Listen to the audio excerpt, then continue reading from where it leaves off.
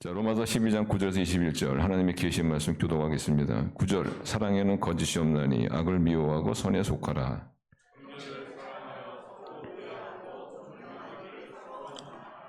부지런하여 게으르지 말고 열심을 품고 주를 섬기라.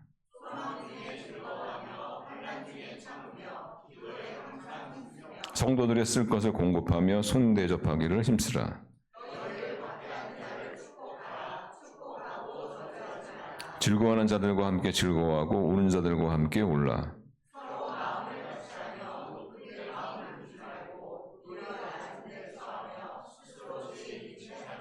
아무에게도 악을 악으로 갚지 말고 모든 사람 앞에서 선한 일을 도모하라. 내 사랑하는 자들아 너희가 친히 원수를 갚지 말고 하나님의 진노하심에 맡기라. 기록되었을 원수 갚는 것이 내게 있으니 내가 갚으리라고 주께서 말씀하시니라.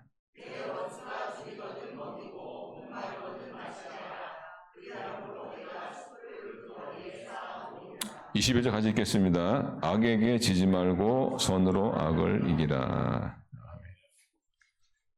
우리 아시겠지만 사도 바울의 서신은 크게 두 부분으로 나와 있죠. 먼저 교리, 아주 영광스러운 닥추린, 교리에 대해서 얘기하고 그 다음에 그 교리에 따르는 삶에 대해서 얘기하죠. 그래서 로마서 1장부터 11장까지는 교리에 관한 말씀이고 구원의 영광, 구원받은 자로서 우리는 어떤 삶을 살아야 되느냐, 그것이 이제 12장부터 나옵니다. 그래서 우리 지지난주죠. 헌신의 삶, 그리고 오늘은 사랑의 삶, 이렇게 거짓 없는 사랑의 삶을 살아야 한다.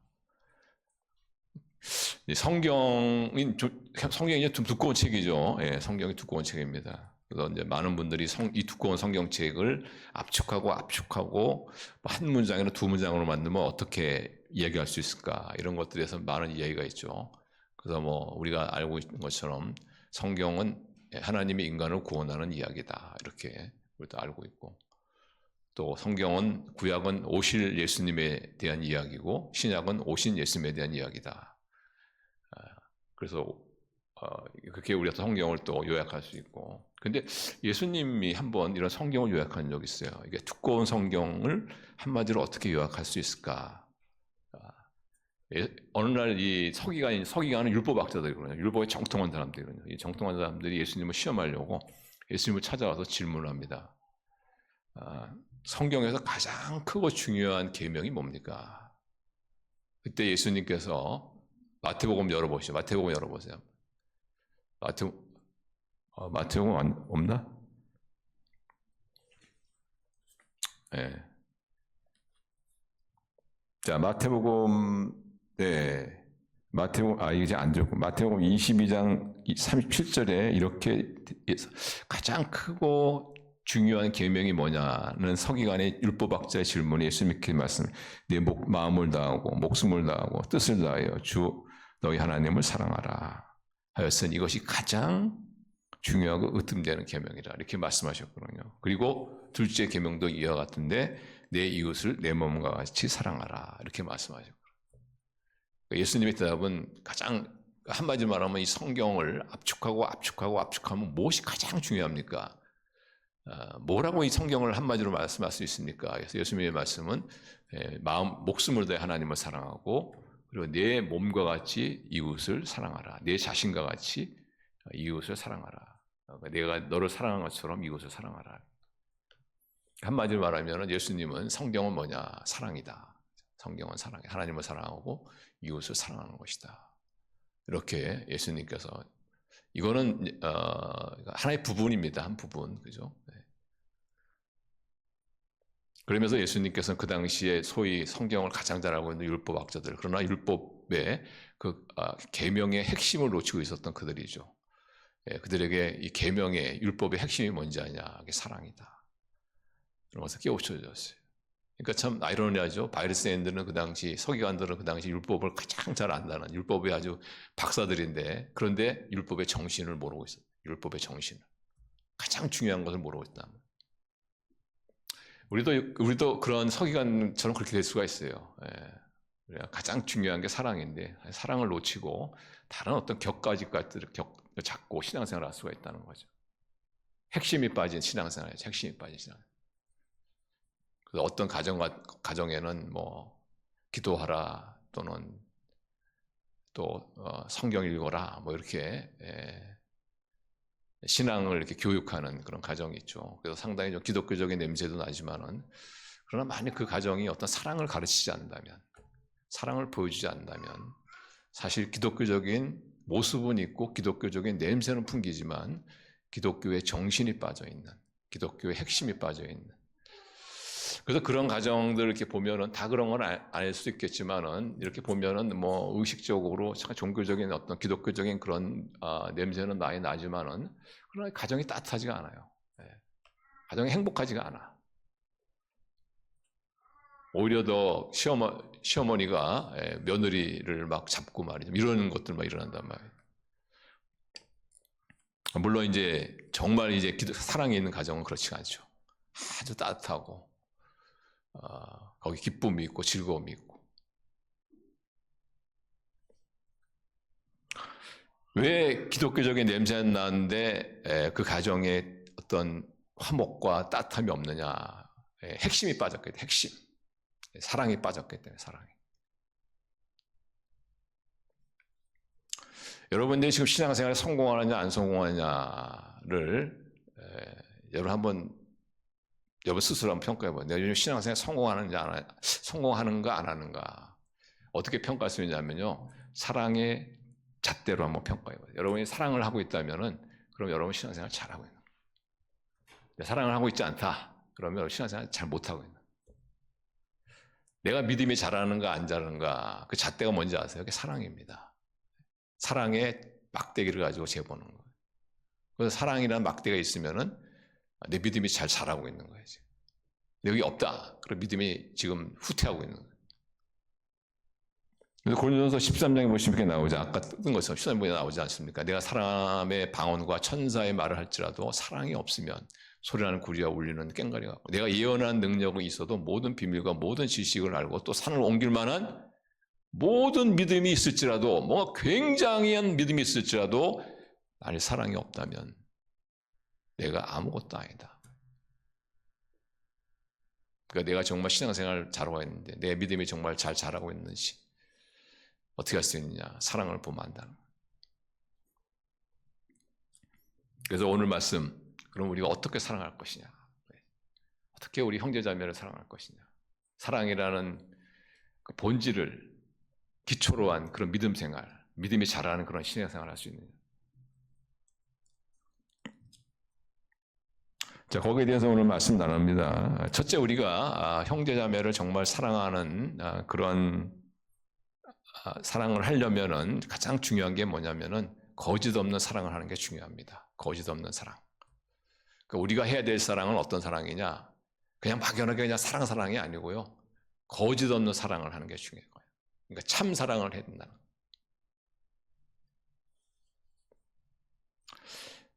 이 거짓, 구절 보시면 나옵니다. 구절. 자, 구절 한번 같이 읽어요. 시작. 사랑은 거짓이 없나니 악을 미워하고 선에 속하라.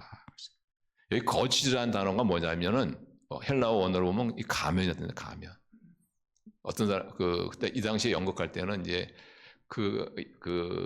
이제 어떤 특정한 인물을 자기가 연기하기 위해서 그 인물에 맞는 그런 가면을 썼거든요. 그래서 거기에 맞는 가면 쓰다가 또 벗고 또 다른 인물에 맞는 가면 쓰다가 하는. 이것이 이제 거짓 사랑. 소위 거짓 사랑은 어떤 사랑이냐? 가면을 쓴 사랑이다. 가면. 거짓이 없는 사랑은 뭐냐? 가면이 없는, 가면을 벗은 그런 사랑을 말하죠. 그래서 이 가면이라는 것이 히포크라이트라는 뜻이거든요. 근데 이게 여기서 이제 위선이라는 게 있죠. 영어로 위선이 이제 히포크리스라고 하지 않습니까? 히포크리스. 가면을 쓴 사랑, 위선적인 사랑. 그것이 바로 어떤 거짓 사랑이라고 하죠. 거짓 사랑. 근데 우리가 해야 될 사랑은 이런 거짓 사랑이 아니고, 가면 사랑이 아니고, 어떤 위선적인 사랑이 아니고, 거짓이 없는, 가면이 없는 그런 사랑을 해야 한다. 근데 사실상 우리가 이 세상에 그 사랑에 대해서 많은 이야기를 합니다만은 상당히 많은 사랑이 보면은 거짓 사랑이죠. 거짓 사랑.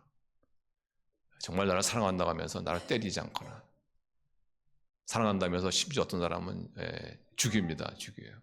그래서 이제 많이 쓰는 단어가 뭐냐면은 당신이 나를 사랑하면은 show me. 거기서 show me가 나온 거예요. 진정한 사랑을 보여달라. 말로만 하지 말고 사랑을 보여달라. 그러니까 지금은 말로만 하는 그런 거짓된 사랑, 난무하는 그런 시대죠. 자, 그래서 거짓 없는 사랑을 우리가 해야 합니다. 거짓 없는 사랑을 해야 돼. 우리가 당연히 우리는 사랑해야 되지만은 특별히 우리가 해야 될 사랑은 거짓이 없는 사랑이다. 그러면 거짓이 없는 사랑은 어떤 사랑이냐? 거짓 없는 사랑은 어떤 사랑이냐? 첫째로 보시면은 악을 미워하고 죄인을 용납하는 것이 바로 거짓 없는 사랑입니다. 자, 9절 한번 다시 보시면 나오죠. 거기 보시면 사랑엔 거짓이 없나니.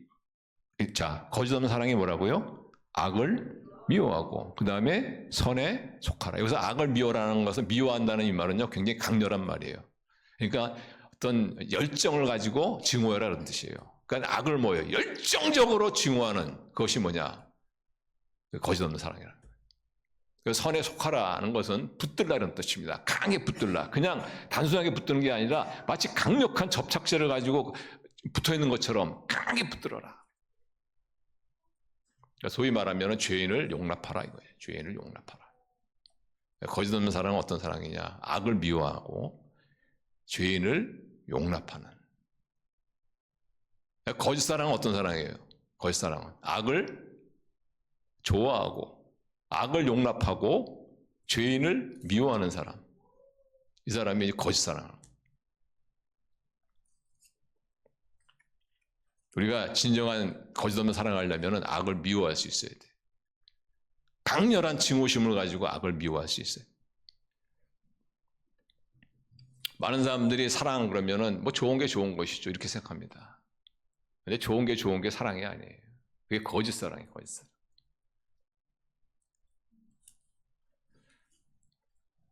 진정한 사랑은 뭐냐? 악을 미워하는 거예요. 악을.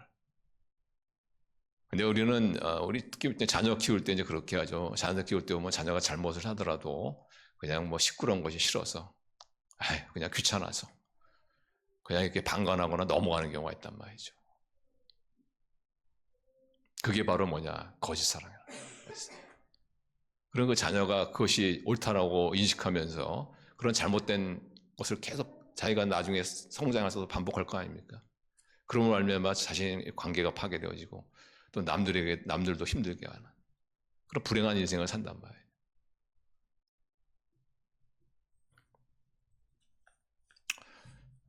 어떤 그 미국에서 있었던 얘기인데, 뭐 그 사실상 미국에 있었던 얘기지만 오늘날 우리나라 현실 속에서 많이 일어나는 이야기죠. 이 친구 아버지가 재벌이에요, 재벌인데 이 친구가 좀 부모에 대한 반항 뭐 그런 거 비슷한 거죠. 고등학생이었는데 이 마약을 팔았어요, 마약을. 일찍 마약을 했어. 마약하다가 잡혔어요. 경찰서에 끌려왔어. 그 마약은 좀 형이 좀 크거든요, 이렇게. 인생을 잘못하면 어쩌면 끝날 수 있는 그런. 근데 그 아버지가 워낙 돈이 많으고 힘이 있으니까 아주 그냥 굵직한 변호사를 써가지고, 변호인단을 써가지고 그 자기 아들을 빼냈어. 과연 이게 사랑이냐, 이게 과연 사랑이냐. 그 마약이라는 것이 다른 사람들에게 얼마나 삶을 파괴하는 거 아닙니까? 삶을 파괴하는 거. 오히려 완전히 뭐 인생이 끝날 수는 없지만 그런 응문의 대가는 내가 이런 마약에 손을 대고 이런 마약을 네가 장사했을 때 얼마나 엄청난 그런 대가를 지불해야 되는 것에 대한 것은 좀 맛을 보게 해야지. 맛을 보게 해야지. 그게 진정한 사랑이에요. 우리나라에도 재벌이 한번 그런 일을 했었죠. 재벌. 그 아들이 그 술집에서 뭐 이렇게 어떻게 뭐 술 마시고 뭐 하다가 그 술집 종업원 일하는 남자 있지 않습니까? 하고 시비가 붙었어요. 그래서 어떻게 좀 당했는지 제가 기억에 간부를 합니다만은 당했는. 나중에 그거를 알게 됐어요. 아버지가, 재벌 아버지가 알게 됐어요. 그래서 어떻게 합니까? 이 소위 조폭들을 시켜가지고 그 종업원을 붙잡았어. 어디 뭐 컴컴한 데 끌고 와가지고는, 예? 아들 대신에 그냥 쇠파이프로 그 종업원을 때리는. 참, 무슨, 이 아버지가 이렇습니까? 예? 빗나간 사랑이지. 거짓 사랑이지, 이게. 자기 아들을 호통을 쳐야지. 너 언제까지 이렇게 술집에 다니면서 그런 짓 할 거냐. 이런 거짓 사랑을 얼마나 많이. 여러분, 이건 거짓 사랑이에요. 여러분, 진짜 사랑은 어떤 사랑인지 아세요? 악을 미워하는 거예요. 아들이 잘못했으면 그 잘못해서 엄중한 책임을 물어야 되는 거예요. 그래야만 그의 인생에 그런 잘못이 반복되지 않도록. 우리 주위에도 그렇죠. 자기 자신도 의식하지 못하면서 어떤 그런 반복적인 그런 그 실수를 계속 할 수 있잖아요. 그때 정말 그 사람을 사랑하는 사람은 어떤 사랑이냐? 그걸 지적해 주는 거예요. 당신 이거 계속 고치지 않고 하면은 언젠가 이 문제로 당신 인생 다 망가진다. 당신만 망가지는 것이 아니라 당신의 주위인 사람도 다 망가뜨린다. 좀 욕을 먹더라도, 손해를 보더라도. 바로 그 사람의 인생이 불쌍해서 그 사람이 그 길로 가면은 그 보이는 인생의 파탄을 갖다가 알기 때문에 쓴소리 좀 그때 표현을 잘해야 되겠죠. 예, 막 질책하듯이 하지 않고 그러나 온유한 마음으로. 그것이 뭐냐? 그게 진짜 사랑이라. 악을 미워하는 것이 사랑이라. 악을 미워하는 것이 사랑이라.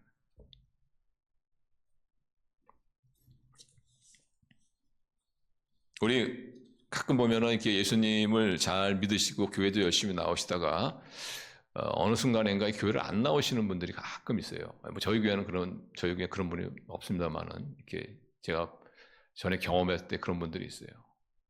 그래서 왜 교회 요즘에 안 나오세요? 물으면은 남편이 교회 가는 거 싫어해가지고 그래서 가정의 화목을 위해서 내가 교회 안 나간다. 그게 정말 가정의 화목을 위한 것인가? 그게 정말 남편을 위한 사랑인가? 만일 여러분 지옥과 천국이 없다면 그거는 맞을 수 있어요. 그러나 예수님이 말씀하신 것처럼 이 땅의 삶이 다가 아니고 영원한 나라가 있다는 겁니다. 지옥과 천국이 있다는 거예요. 근데 그게 정말 사실이라면은 자신이 어떻게든지 그 믿음을 유지하면서 그래야만 남편이 언젠가는 전도하고 남편이 구원이 될 수 있는 그것도 유일한 길이 될 수 있지 않겠습니까? 근데 남편을 뭐 위한답시고 말이죠. 남편이 원하지 않으니까 나 교회 안 나간다. 그래서 믿음 다 까먹고 남편이 구원받을 수 있는 길도 다 막아버리고. 그게 사랑이 아니고 그게 거짓 사랑이에요. 거짓 사랑.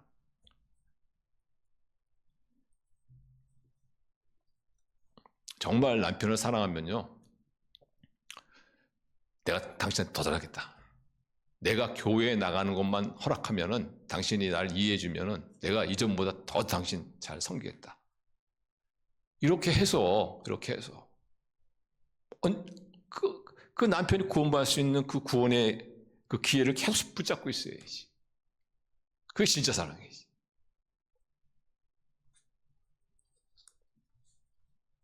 요즘 시대를 이 다원주의라고 다원주의. 그러니까 꼭 예수님을 믿어야만 뭐 구원에 이르는 것이냐. 구원에 이르는 길은 다양하다. 여러 가지 길이 있다. 그 중에 예수님 믿는 것도 하나다. 이런 다원주의가 팽배한 그런 시대 아닙니까? 근데 이것을 아니고 오직 예수님만 믿어야 된다. 예수가 유일한 길이다 하면은 무식하다고 해서 아주 독선적이다. 그렇게 이제 비웃죠. 그죠? 그래서 이런 독선적이고 무식한 그런 얘기를 듣고 싶지 않은 그런 목회자들이 가끔 있어요. 그래서 이분들이 뭐냐면은 이 다원주의를 주장하는 거다. 뭐 맞는 것 같다. 맞는 것 같다.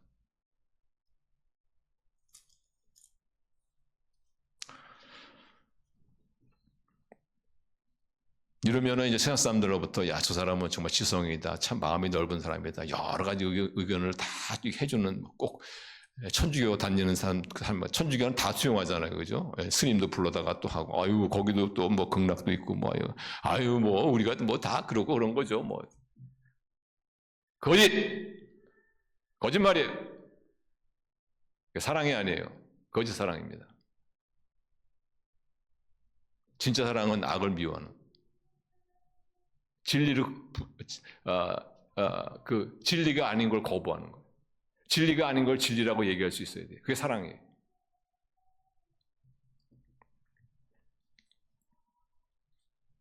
그래서 이런 다원주의를 수용하는 교회에 보면요, 힘이 없어요. 생명력이 없어요. 생명력. 이런 교회는 변하지 않을 사람이 변하거나 믿지 않을 사람이 믿는 그런 역사가 없어요. 오늘날 우리가 이 시대는 절대 진리를 믿지 않잖아요. 그죠? 절대 진리를 믿지 않잖아요. 상대 진리가 지배하는 시대 아닙니까? 이게 당신에게는 죄가 될 수 있지만 나에게는 죄가 안 될 수 있다. 이게 상대 진리예요. 그래서 이런 시대에는 죄를 죄라고 죄를 이야기하잖아요. 그럼 무식하다 그래요. 저 사람은 자기에게는 그게 죄였지만 다른 사람에게는 죄가 아닐 수 있다는 거예요. 그래서 이제 뭐 무식한 얘기 듣고 싶지 않은 그런 또 분들은 이제 아주 성경에서 분명히 얘기하고는 동성애도 그것도 가능하다 뭐 또 이런 식으로 또 얘기한단 말이에요. 죄가 될 수 있고 어떤 사람에게는 죄가 안 될 수도 있고, 이게 굉장히 마음이 넓은 것 같지만은 이게 거짓 사랑이에요. 거짓 사랑. 이런 데는 믿지 않을 사람이 믿거나 변하지 않을 사람이 변하는 그런 역사가 없어요. 생명의 역사가 없어요. 여러분, 거짓 사랑은 어떤 사랑이냐? 악을 미워하지 않는 거예요. 그리고 죄인을 미워하는 거예요. 잘못된 거예요. 참 사랑은 어떤 사랑이냐? 악을 미워하는 거예요. 악을 악이라고 얘기할 수 있는 거예요. 어떤 크리스찬이 물건을 속여서 팔아. 그러면 그걸 얘기해 줄 수 있어요. 당신이 이런 식으로 하면은 지금은 당장은 어떨지 모르지만은 장기적으로 보면 당신 망한다. 하나님의 뜻에 어긋나는 이것은 언젠가는 망한다. 라고 얘기해 줄 수 있는, 악을 미워하는 것이 바로 진정한 사랑. 그러나 그 죄인은 용납하는 거예요.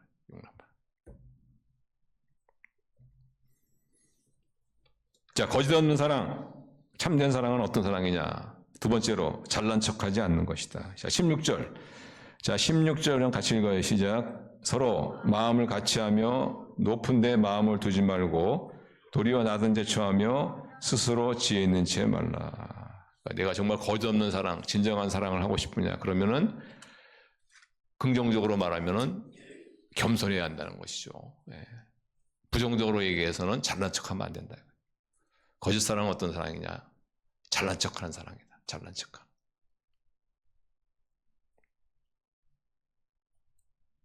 미국에 있을 때 어떤 의사 부인이었었는데 그 교회에서 아주 불우한 사람들, 어려운 사람들, 이런 사람들을 이제 모아다가 이제 성경 공부를 가르치게 되었어요. 하루는 성경 공부를 하는데 그 의사 부인이라는 사람, 꼭 그분입니다. 그분 의사 부인은 많으니까. 근데 그분이 어떤 얘기를 하냐면은 내가 왜 이런 성경 공부를 하지 않냐? 나는 의사 부인인데 당신들이 너무나 참 어렵고 힘들어서 당신들과 함께 내가 어울리기 위한 것이다. 그날 깨졌어요. 성경 공부가. 땡! 깨졌어. 내가 높은 사람인데 당신 같은 사람과 놀아준다 이런 뜻이. 근데 그날 깨졌어. 그래서 우리가 거짓 사랑은 어떤 사랑이냐? 잘난 척하는 사랑. 잘난 척. 교만하지 않는 게 중요하죠. 근데 사실 이게 사람이 이게 겸손한 게 참 힘들어요. 이게 쉬운 것 같죠? 뭐 돈 드는 것도 아닌데 뭐씩 한번 겸손하지. 근데 이상하게 참 겸손한 게 어려워. 잘난 척하지 않는 게 참 어려워요. 그 제가 가끔 인용합니다만 조용남 씨가 부른 노래 아시죠? 그 찬송가 몰라요? 겸손은 힘들어. 뭐 이렇게 찬양 이런 노래 있잖아요.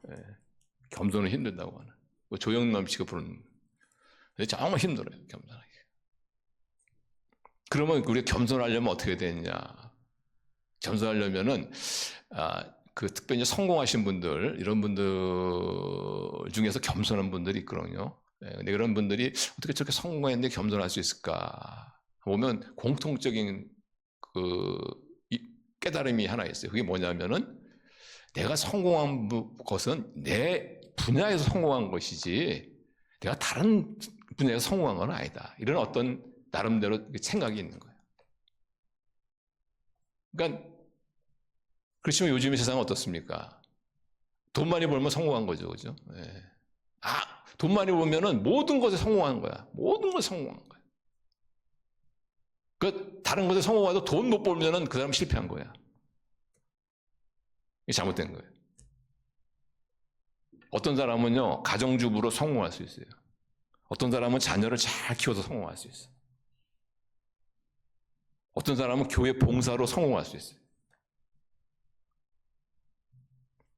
어떤 분은 인격적으로 성공할 수 있어요. 이것이 여러분 하나님이 가장 이걸로 쳐주는 겁니다. 인격적인 성공이 이걸로 쳐주는 거예요.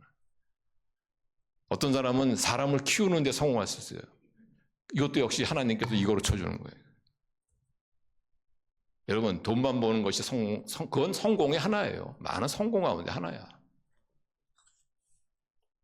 내가 지금 이 분야에 성공했지만은 그러나 그냥 나는 이 분야에만 성공한 것이다 라는 생각을 가지고 있는 분들이 아주 겸손한 성공하신 분들 공통점이. 여러분 우리가 그런 우리가 겸손하려면 올감 없는 그런 참사랑을 하려면은 내가 지금 잘하고 있는 것은 그냥 하나의 부분이다, 하나의 분야다 이런 인식을 가지고 있어요. 그 다음에 교만하지 않으려면 어떻게 되냐 하면 하나님의 눈으로 그 사람을 보는 겁니다. 하나님의 눈으로 그 사람을 봐라. 하나님께서 우리를 보실 때는 절대 피부 색깔로 보시지 않습니다. 어떤 얼마나 공부를 많이 했냐로 보시지 않아요. 얼마나 재산이 많냐로 절대 보지 않습니다. 하나님께서 우리를 보실 때는 딱 한 가지예요. 그냥 인간으로 보는 거예요. 인간으로 보는 거예요. 여러분 하나님께서 세상을 창조하실 때 얼마나 아름답게 창조했어요. 그러나 죄가 들어오면 말미암아 세상이 파괴되지 않았습니까? 그 다음부터는 서로 물고 죽고 죽이는 그런 살벌한 시대가 펼쳐진 거예요. 그런 살벌한 시대 속에 살아가다 보니까 사람들이 많은 상처를 입는 거예요. 많은 아픔을 갖게 되는 거예요. 그게 바로 여러분 인간의 모습. 그런 인간을 위해서 예수님께서 이 땅에 오시고 십자가에 당신의 목숨을 내어주시고 그것이 바로 하나님의 놀라운 사랑이죠. 하나님이 받은 그 사랑의 눈으로 그 역시 마치 인간을 보는 겁니다. 한 사람을 보는 거. 여러분 아무리 굉장한 어떤 권세를 가지고 있고 저는 그렇게 생각합니다. 지금 우리 지구상의 가장 아주 독재자, 아주 정말 아주 그냥 손가락만 움직이면은 어떤 사람의 목숨이 날아가는 그런 사람이라 할지라도 그 안에는 엄청난 불안감이 있는 거예요. 엄청. 언제 사람들이 자기를 죽일지 몰라.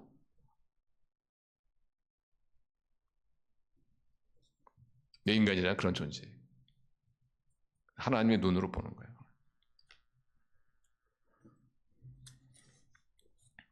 그래서 여러분 하나님과 같은 그런 아름다운 사랑을 이루어 가시기를 바랍니다. 세 번째로 거짓 없는 사랑은 어떤 사랑이냐 따라하겠습니다. 구체적이어야 한다.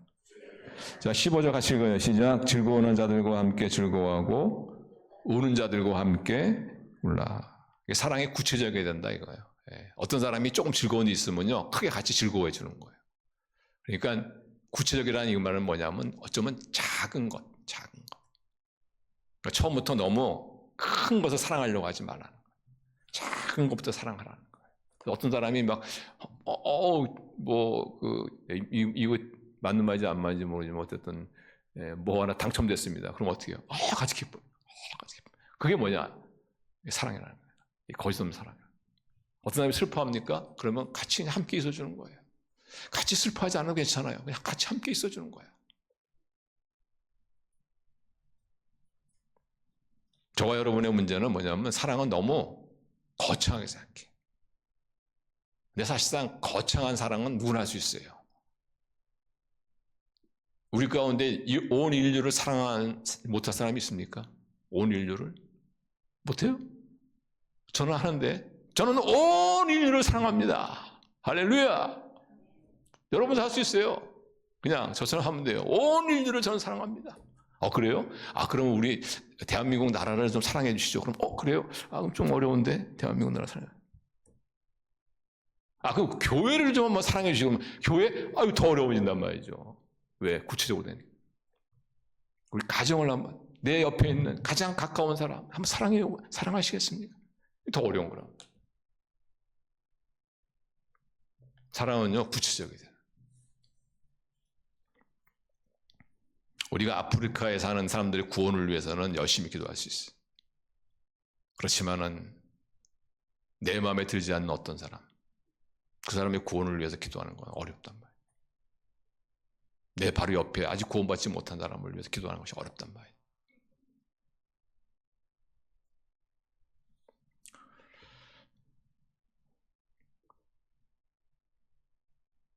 그래서 우리 사랑이라는 것은 뭐냐? 거짓 없는 사랑은 뭐냐면은 구체적인 것. 다시 말하면 어쩌면 사람들이 보기에는 작게 보이는 것. 근데 사람들에게는 작게 보일지 모르지만 하나님은 크게 보세요. 어린 소자에게 냉수 한 그릇 주는 것. 이것도 사랑이죠. 거짓 없는 사랑이에요. 어떤 분이 교회를 자꾸 오랫동안 빠졌어. 그러면은 전화해서 요즘에 무슨 일이 있으세요? 이게 사랑이에요. 이게 사랑. 그렇지 않고 나는 저 아프리카의 영혼들을 품고 그건 그냥 그만하세요. 그런 거죠. 그만하시고 구체적으로 사랑을 해주세요. 구체적으로 아프리카의 영혼 품고 하지 마시고 옆에 있는 사람 그 영혼을 위해서 한번 기도하시는 그런 구체적인 사랑을 해주세요 하는 것이 하나님의 마음이라.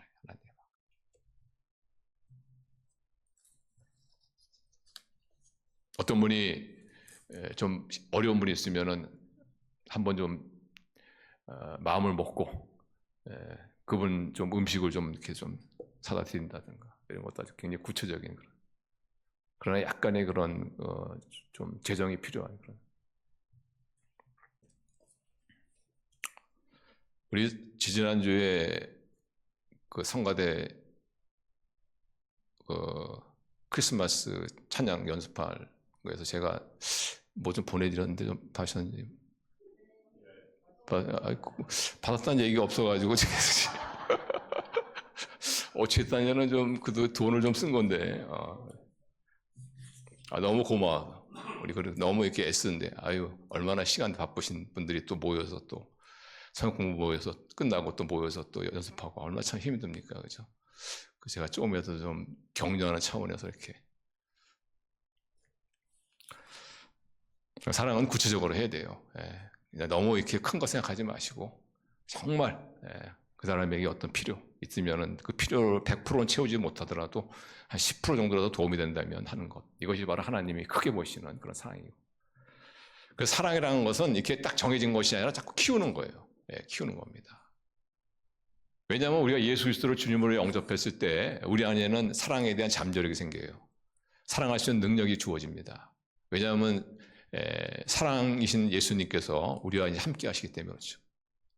근데 우리가 아무리 그 사랑의 잠재력이 있고 사랑에 대한 능력이 있더라도 그것을 자꾸 개발하지 않으면 안 돼요. 여러분 아무리 피아노의 천재적인 그런 소질이 있는 사람이다 할지라도 그것을 계속 개발하지 않으면 어떻게 돼요? 결국 발휘하지 못하고 끝날 수가 있는 것이죠. 마찬가지예요. 사랑에 대한 잠재력, 사랑에 대한 어떤 능력을 자꾸 개발해야 돼요. 자꾸 사용해서 개발해요. 그래서 처음에는 옛날에는 한 번 용서했었는데 한 번, 두 번까지 한번 용서해 보려고 그 능력을 개발해 보고 옛날에는 세 번 했는데만 네 번 한번 넓혀보고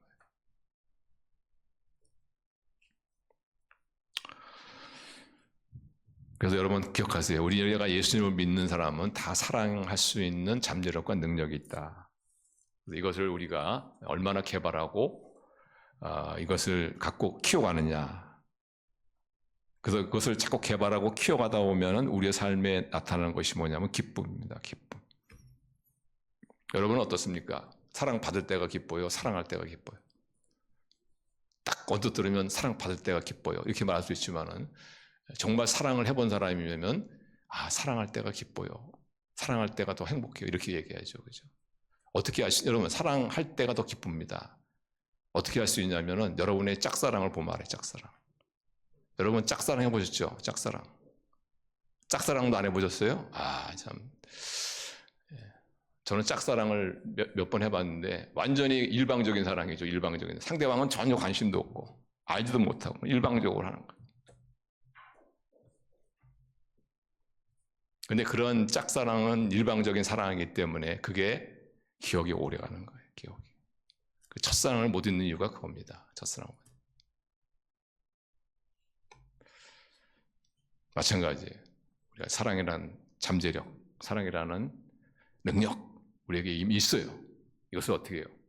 구체적으로 작은 것부터. 작은 것이 절대 작은 게 아닙니다. 하나님 그걸 크게 보십니다. 하나님 분명히 말씀하시죠. 어린 소자에게 냉수 한 그릇 주는 것도 결코 천국의 상행을 잃지 않을 것이다. 그래서 구체적인 사랑을 하셔서 그럼 참된 사랑을 계속 키워가시기를 바랍니다. 자, 마지막으로 참된 사랑은 따라가겠습니다. 복수하지 않는 것이다. 자, 19절 같이 읽어요. 시작. 내 사랑하는 자들아 너희가 친히 원수를 갚지 말고 19절 같이 읽어요. 시작. 내 사랑하는 자들아 너희가 친히 원수를 갚지 말고 하나님의 진노하심에 맡기라. 기록되었으되 원수 갚는 것이 내게 있으니 내가 갚으리라고 주께서 말씀하시니라. 사실 우리가 어떤 남으로부터 공격을 당하고 상처를 입잖아요. 그러면 그 사람을 복수하고 싶은 것은 인간의 어떤 본능입니다. 그러나 우리는 우리 구원받은 하나님의 백성은 그것이 참사랑이 아니라는 거죠. 거짓사랑은 복수하는 것이다. 그러나 참사랑은 복수하지 않는 것이다. 왜 복수하지 말아야 되느냐? 두 가지 이유 때문에 그렇습니다. 첫째는 뭐냐면은 복수는 하나님의 고난이기 때문에 그렇습니다. 하나님의 고난. 그래서 여기서 말씀하시죠. 하나님의 진노하심에 맡기라. 기록되었을 때 원수 갚는 것이 내게 있으니. 그 원수 갚는 것은 하나님의 고난이라는 거예요. 그래서 내가 어떤 사람에게 원수를 갚는 것은 하나님의 고난을 빼앗는 거예요. 하나님 노릇하는 거예요. 월권행위란 말이에요. 하나님의 영역을 침범하는 거예요. 소위 말하면 하나님 노릇하는 거예요. 자신이. 그래서 원수 갚는 것, 그건 하나님의 영역에 속한 것이다. 그래서 참사랑은 복수하지 않는 것이다. 두 번째 복수하지 않는 법이 뭐냐면은 복수는 복수를 낳기 때문에 그렇습니다. 복수는 복수를 낳기. 그래서 대표적인 영화가 이제 사무라이 영화죠. 사무라이 영화 아시죠? 여러분 어떤 사람이 어떤 무사를 도전해서 무사 죽였어요. 그 죽음당한 그 아버지를 본 아들이 또 이를 갈고 수전을 내서 자신의 아버지를 죽인 무사를 찾아가서 복수합니다. 그러면 또 그 아들이 또 계속 복수혈전. 다시 말하면 악순환, 복수의 악순환. 복수는 반드시 복수를 낳게 되어 있어요. 그러다 결국은 뭐예요? 둘 다 망하는 거예요. 이 복수의 사이클을 탁 끊어버리는 거야. 탁 끊을 사람이 어떤 사람이냐? 하나님을 믿지 않는 사람은 절대 못 끊습니다. 이 복수의 사이클을 끊을 수 있는 사람은 하나님 자녀, 하나님을 믿는 사람밖에 없단 말이에요.